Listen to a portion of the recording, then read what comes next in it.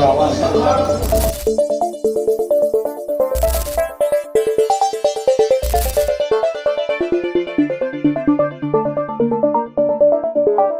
Hello guys, pada Selasa tanggal 4 Maret tahun 2025, kami mahasiswi Universitas Negeri Medan datang berkunjung ke kantor Wali Kota Medan untuk berbincang langsung dengan Bapak Teja Purnama Lubis. Sebelum bertemu dengan beliau, kami melakukan konfirmasi melalui Instagram. Sebelum memulai sesi wawancara atau diskusi, kami memperkenalkan diri dahulu, lalu menjelaskan kembali tujuan wawancara ini. Puisi Akulah Medan merupakan topik utama wawancara kami. Untuk lebih lanjut, tonton video berikut ini ya guys. Kota Medan, lahir dari cinta. Mau gimana pun Medan itu, keadaan Medan itu, tapi dia tetaplah Medan. Apakah seperti itu Pak? Kalau menurut yang kalian baca gimana? Menurut yang kami baca ya memang gitu kayak darahnya Medan tetap Medan. Baik buruknya kayak gimana darah perawan Medan gitu Pak. Udah pernah kalian baca puisinya? Udah Pak. Apa alasan kalian mengatakan seperti itu, bahwa baik buruknya penyair berpandangan bahwa baik buruknya Medan dia tetapkan Medan? Kira-kira ada tergambar di bait mana? Di puisi Bapak kayak tentang darah perawan melukis jalan zebra. Darah perawan ya? Iya, di zebra cross gitu Pak. Melukis kelamin dengan darah perawan di setiap zebra cross gitu kan, di papan tulis sekolah, di kampung gedung dewan, aku tetaplah Medan. Itu merupakan bahwa itu juga mengindikasikan bahwa baik buruknya Medan itu kita tetap harus mencintai Medan dan memperbaikinya gitu. Nah, memang seperti itu dia. Jadi salah satu pesan yang ingin disampaikan bahwa Medan ini kan sebetulnya kota yang lahir dari cinta antara Guru Patimpus dengan Putri Brayan. Iya kan? Iya Pak. Jadi Guru Patimpus dari atas gunung sana merantau kemari ke bawah gitu kan, bertemu dengan Putri Brayan dengan segala dinamikanya, dengan segala persoalannya, akhirnya dia bisa mendapatkan hati Putri Brayan. Kemudian mereka menikah, kemudian membuka perkampungan Medan Putri namanya. Itu di pertemuan Sungai Deli dan Babura di samping ini. Iya. Oh iya. Ya kan? Dari situlah cikal bakal kota Medan itu. Makanya kota Medan itu lahir dari cinta. Awalnya adalah cinta kota Medan. Jadi jangan sampai kita kehilangan cinta di kota Medan ini, kan gitu. Itulah pandangan penyairnya. Kemudian Guru Patimpus mempunyai anak, satu namanya Kolo yang besar, kemudian yang kecil namanya Kecil. Nah, ketika dia sudah tua, sudah kepada siapa ini kampung Medan Putri ini diwariskan? Biasanya kan kepada yang besar, ya kan, si Kolo seharusnya. Tetapi karena si Kolo ini merasa adiknya lebih mampu, dia menyerahkan itu kepada adiknya. Artinya dia membasuh ambisi dia meredakan ambisi dia untuk menjadi yang menerima kekuasaan di kota di Medan Putri itu. Dia serahkan kepada adiknya. Karena itulah dia merasa tidak pantas gitu. Belum mampu, tidak pantas, tidak mampu. Dia merasa adiknya lebih mampu. Itu makanya dia membasuh ambisi tadi. Karena kecintaannya kepada Medan tadi, dia basuh ambisinya. Ada orang yang lebih mampu, adiknya, dia serahkan kepada adiknya. Itu bisa bisa didapatkan di paragraf 1, di bait 1 dan bait 2. Cinta yang membasuh ambisi. Makanya kita jangan melupakan ini gitu. Orang-orang Medan jangan melupakan ini. Ini harus terus kita ingat gitu. Walaupun kondisi saat ini kan sangat kacau kan, bukan kondisi saat ini, maksudnya ada beberapa penyimpangan yang dilihat saat ini. Itu lihat tadi. Yang di bait kedua ya Pak? Iya. Yang di bait kedua. Misalnya orang-orang melukis, walau siang malam orang-orang berperang dengan parang atau uang seperti dendam yang tak padam. Kita tetaplah Medan. Aku tetaplah Medan gitu kan. Kemudian walau orang-orang melukis kelamin dengan darah perawanan, itu di setiap zebra cross, traffic light-nya. Melukis kelamin itu kan sebuah simbol,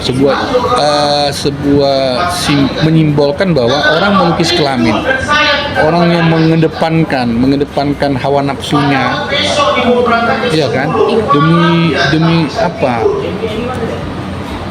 Kenikmatan sesaat. Kenikmatan dia di tempat-tempat yang seharusnya sakral. Traffic light itu kan untuk mengatur orang kan, Iya. supaya ada keteraturan lalu lintas. Dia nafikan itu, dia abaikan itu, dia lebih mengedepankan nafsunya, iya kan, kepentingannya. Kemudian di tempat-tempat di sekolah, di papan tulis sekolah, di kampus, bahkan di gedung dewan, di kantor polisi terjadi penyimpangan bahwa hawa nafsu duniawi yang lebih berbicara di situ. Padahal itu tempat-tempat untuk menjaga tadi, untuk menjaga keharmonisan tadi, ketertiban tadi, seperti itu.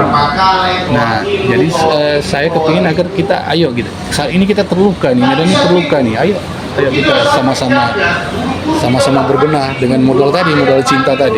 Padahal awalnya Medan ini terbentuk dari cinta ya. Lahir dari itu menurut tafsir saya, setelah melihat sejarah, ya kan, saya mengambil sejarahnya dari dokumen Hamparan Perak. Dari sejarah saya ambil puisi. Jadi Bapak, Medan ini adalah kota yang penuh cinta seharusnya gitu ya kan? Seharusnya karena Medan ini lahir dari cinta, percintaan Gurupat Timpus dan Putri Braya. Masyarakat Medan, penguasa Medan ini juga harus Penuh cinta gitu. harus bertindak dengan cinta. Kalau penguasa melaksanakan kebijakannya dengan cinta, rakyat juga memahaminya dengan cinta. Kalau semua ini dengan cinta, semua ini akan baik ini. Karena memang dasarnya kota ini dibentuk Karena cinta. lahir dari percintaan Gurupat Timpus dan Putri Brayan yang membentuk perkampungan Medan Putri di pertemuan Sungai Dili dan Babura. Udah itu dia, tidak kuncinya. Iya. Dan hilangkan ambisi tadi.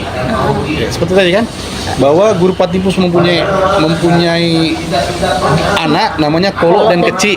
Kolo itu abangan, Keci itu adian.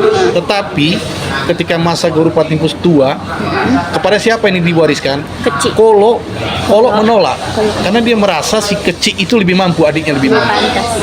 Itu namanya membasuh ambisi. Makanya dalam ada Abai pertama. Akulah Medan, Iya. ya kan, cintai membasuh ambisi. Ketika Kolo menyilakan Keci, menyuburkan harapan di tanah kebaikan. Nah, saya menyebut Medan itu, kampung itu tanah kebaikan. Seperti itu. Jadi maksudnya puisi Bapak itu menjelaskan walaupun orang-orang berbicara tentang Medan yang sekarang Medan ada kayak sebutan baru di Medan, Gotham City, Pak. Iya. Sebutan baru. Nah, ketika orang menyebut Medan Gotham City, apakah kita harus lari dari situ? Kan enggak. Karena perasaan cinta tadi kita harus memperbaikinya. Kalau dulu seperti apa, Gotham City itu kan cerita komik. Batman kan. Iya. Nah, pertanyaannya siapa mau jadi Batman? Ya semua harus jadi Batman. Setiap warga harus jadi Batman. Bukan hanya kita wali kota, wakil wali kota. Semua harus jadi Batman untuk menyelamatkan kota Medan. Kalau memang kita merasa kota Medan ini perlu kita benahi kan. Kalau kita memang merasa masih punya cinta kepada kota Medan. Ya, kita harus jadi. Tapi metafor Gotham City itu cocok nggak gitu? Itu dia pertanyaannya. Cocok nggak kita gunakan untuk Medan saat ini? Bagaimana? Masih kita lihat lah, ada kemajuan di Medan ini kan, masih kita lihat. Masih. Artinya setiap ada kemajuan di Medan ini, artinya masih banyak orang yang punya cinta terhadap kota ini. Seperti itu. Jadi kalau misalnya lah Pak, kita kan sekarang banyak yang rumor-rumor kalau Medan itu tempat yang banyak di orangnya, banyak begalnya gitu, kayak orangnya serem gitu Pak, lebih serem. Pandangan Jadi, Bapak terhadap Medan ini apa sekarang? Soal banyaknya asumsi orang Medan itu orangnya kasar-kasar, banyak begalnya gitu. Asumsi Bapak terhadap kasar dan begal kan dua hal yang berbeda itu. Ada orang kasar tapi hatinya bagus kan. Ada yang orangnya nampak alim, dingin, santun tapi rupanya begal. Berarti itu dua diksi yang berbeda. Tetapi memang karakter orang Medan itu karakter orang yang terbuka. Dan Medan itu juga sebuah wilayah yang terbuka dulu. wilayah yang terbuka untuk berbagai macam perbedaan. Dan Medan sejak dulu adalah kota yang kosmopolitan. Kosmopolitan artinya orang dari berbagai penjuru, bahkan penjuru dunia ada di Medan ini. Ada di Medan ini. Dari berbagai suku ada di sini, gitu kan. Iya, Dan benar. kita bisa berdampingan dengan bagus. Jadi kalau kalian mau nengok Indonesia Mini itu di Medan ini beragam. Ada India juga ada. Ada India, ada Cina, Ada gitu. Cina. Makanya di film-film itu ada yang kayak Kota Medan apa Pak, film Kota Para Ketua. Ah. Itu salah satu karya sastra juga kan Pak. Saya juga Iya. dapat. Seperti kalau di Medan itu banyak suku-suku bangsa yang ada di situ. Jadi Banyak iya, suku makanya bangsa. Medan bisa dilihat Jadi sebagai iya, Medan tuh kota yang dari sejak awalnya adalah kota yang kosmopolitan namanya. Kosmopolitan. Jadi berbagai suku bangsa diterima di sini. Berbagai perbedaan diterima di sini. Itulah Medan itu. Dan itu harus kita rawat gitu kan. Nah, itu juga tercermin dari apa? Dari di puisi tadi. puisi Bapak. Walau siang malam orang-orang berperang dengan parang atau uang seperti dendam yang tak padam-padam, aku tetaplah Medan. Nah, gitu. Tapi Apa lagi? Mata kuliah apa kalian nih? Stilistika Pak. Stilistika artinya gaya ya, gaya bahasa. Bahasa. Oke. Gaya bahasa. Coba. Kayak kalau kan kami ada kemarin mencoba ada yang membacakan beberapa puisi Bapak yang Akulah Medan ini. Ada salah satu teman kami namanya Udin. Dia membacakannya dengan apa ya Pak, gairahnya terlalu membuncah-buncah gitu Pak. Sebenarnya kalau menurut Bapak sendiri bagaimana sih Pak cara yang baik untuk membacakan puisi Akulah Medan gitu Pak? Jadi pekerjaan pertama setiap orang bukan hanya pembaca puisi. Kalau kau jadi pengusaha, jadi kalau kau jadi penguasa, kalau kau jadi anggota DPR, pertama kau harus memahami apa yang mau kau lakukan. Kalau pembaca puisi tadi kau harus memahami apa yang mau kau baca. Iya kan? Kemudian bagaimana cara kau membacakannya? Itu adalah dua kemampuan yang berbeda. Memahami sesuatu dan memberitahu apa yang kita pahami kepada orang lain itu adalah dua kemampuan yang berbeda. Artinya kita paham dulu baru kita sampaikan, ya kan? Kita harus dekat dulu dengan itu. Artinya kalau kau mau baca puisi Akulah Medan, harus kau dekati puisi Akulah Medan itu. Harus kau gauli dia. Agar kita bisa menyampaikannya Iya. lebih lugas lagi. Kau harus mempunyai hubungan intim dengan Akulah Medan itu. Harus akrab. Kita misalnya punya kawan akrab, udah akrab kali sama dia. Lirikan matanya, ekspresi muka yang sedikit aja kita mengerti, oh dia maunya ini, dia mau ini. Artinya kita mesti akrab dulu dengan itu. Puisi Harus kita akrabi dulu. Segala sesuatu bukan hanya puisi. Kamu mau jadi anggota DPR harus kau akrabi dulu masyarakat Kota Medan ini. Harus kau akrabi dulu apa keluhan-keluhan masyarakat Kota Medan ini, apa aspirasinya, apa yang masalahnya, harus kau akrabi. Baru bisa kau sampaikan itu, baru bisa kau tolong orang itu. Kalau nggak kau mengerti macam mana gitu. Itu juga puisi. Akrabi dulu. Jadi setelah kan Bapak penulis puisi Akulah Medan, harapan Bapak apa sih setelah misalnya kami gitu membaca puisi ini, harapan Bapak apa sih kepada kami? Kepada pembaca. iya pada Ya pembaca bisa membaca itu kemudian mengambil pelajaran dari situ, ya kan? Bisa mengingatnya gitu. Tapi dari tahun ke tahun semenjak 2012 itu selalu mahasiswa ini Unimed tiap semester wawancara Bapak dan selalu masalah puisi Akulah Medan ini gitu. Kenapa kalian nggak mengambil puisi-puisi yang lain? Misalnya Bapak ada punya puisi Kuli tentang bahwa dulu di Medan ini terjadi perbudakan, kuli kontrak gitu. Ada di puisi Akulah Medan tuh. Kenapa kalian nggak ngambil Medan 1945 peristiwa bersejarah di Belinun, Hotel Belinun dulu? Itu juga ada gitu. Artinya sebagai mahasiswa kan harus mempelajari puisi-puisi yang lain, jangan Akulah Medan aja. Kasihan puisi-puisi yang lain. Atau ya benar Pak. kok Asik itu aja. Jadi Teja dikenal dengan Akulah Medan aja jadinya. Karena Pak, kalau dosen kami pun kayak awalnya membahas kalian harus tahu Teja Purnama katanya gitu, dengan puisinya Akulah Medan, puisi yang paling wah gitu Pak. Memang semuanya wah Pak katanya. Cuma Akulah Medan ini paling membekas karena yang paling membekas, diksinya terlalu Pak, kalau kita ucapkan secara misalnya Ada kata-kata kelaminnya ya. agak terlalu mungkin gitu Pak. memancing. Jadi kami tuh terfokusnya kayak Akulah Medan. Kita kalau Pak Teja Purnama kita fokus ke Nah. Akulah Medan yuk gitu Pak. Jadi banyak orang gini gitu. Diksi Teja itu banyak menggunakan diksi-diksi yang agak-agak misalnya kelamin, atau di puisi Kuli itu bagaimana menggosok-gosokkan merica ke vagina kekasih gitu. Itulah tuan-tuan tanah itu kepada kuli-kuli kontrak perempuan yang melawan gitu.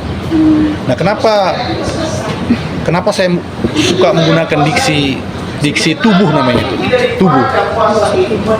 Diksi tubuh, misalnya dada, tangan, kepala, mata, vagina, ya kan? Telinga. Gitu. Karena itu tadi intimitas, kedekatan. Kita kadang-kadang kita sering lupa, ternyata punya tangan gitu. Ternyata tangan yang banyak membantu aku sehari-hari. Kaki banyak membantu aku sehari-hari. Kita intim kan dengan kaki. Ada keintiman kita dengan tubuh. Iya kan? Tubuh juga memiliki fungsi sosial. Dengan tubuh kita bersosialisasi, ya kan? Dengan mulut saya datang ke kamu menggunakan tubuh kan? Iya Pak. Tubuh juga punya fungsi ekonomi. Kita bekerja kan menggunakan tubuh kan? Benar Pak. Ya kan? Iya. Tubuh juga punya fungsi spiritualitas, religiusitas. Beribadah. Iya Pak. Kalian ke gereja pakai kaki, kok sholat pakai tubuh kan? Iya Pak. Jadi itulah makanya saya suka menggunakan diksi tubuh. Lebih Karena kita terlalu Pertama karena dia dekat, terlalu terhubung dengan kita. selalu terhubung dengan manusia, dengan kita sendiri. Kedua, dia memang punya banyak fungsi, segala fungsi budaya juga, Dan yang kita memakai gunakan tubuh setiap gitu. hari. Iya tubuh. Jadi nggak bisa kita sepele dengan tubuh, Iya. dengan tidak menyampingkan jiwa tadi gitu kan, antara tubuh dan jiwa. Ada kebersatuan tadi, namanya kebertubuhan. Gitu. Kebertubuhan.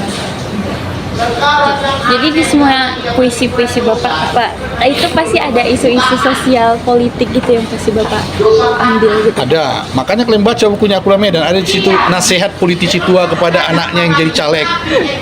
Nah, baca. Kami sebenarnya sudah kan Pak kayak memang sudah ingin membaca gitu kan Pak. Tapi kami ini terfokusnya pada Akulah Medan. Ya, itu dia. Fokus pada Akulah Medan. Jadi kan bagaimana cara memahami puisi, ya kan? Pertama kita baca puisinya, kemudian kita kapan puisi itu dibuat, gitu? Pada masa apa? Kemudian penyairnya siapa? Penyairnya ini lahirnya kapan? Besarnya di mana? Ya kan? Kerjaannya apa? Gitu. Kegiatannya apa? Nah, dari situ jadi bahan kita untuk memahami karya sastra tadi. Seperti itu. Nah, kenapa dia memiliki stilistika seperti ini gitu, style seperti ini gitu? Itu bisa kita dapat dari biografi penyairnya. Jadi biasakan kalian sebelum, misalnya kalian sebelum wawancara dengan Bapak, kalian pelajari dulu karya Bapak. Pelajari dulu semana Bapak ketika ketika berkarya gitu, dipelajari dulu gitu. Jadi dia bisa enaknya. Misalnya mereka lagi itu politikus lagi bicara, erat-erat ku pegang suara gitu kan.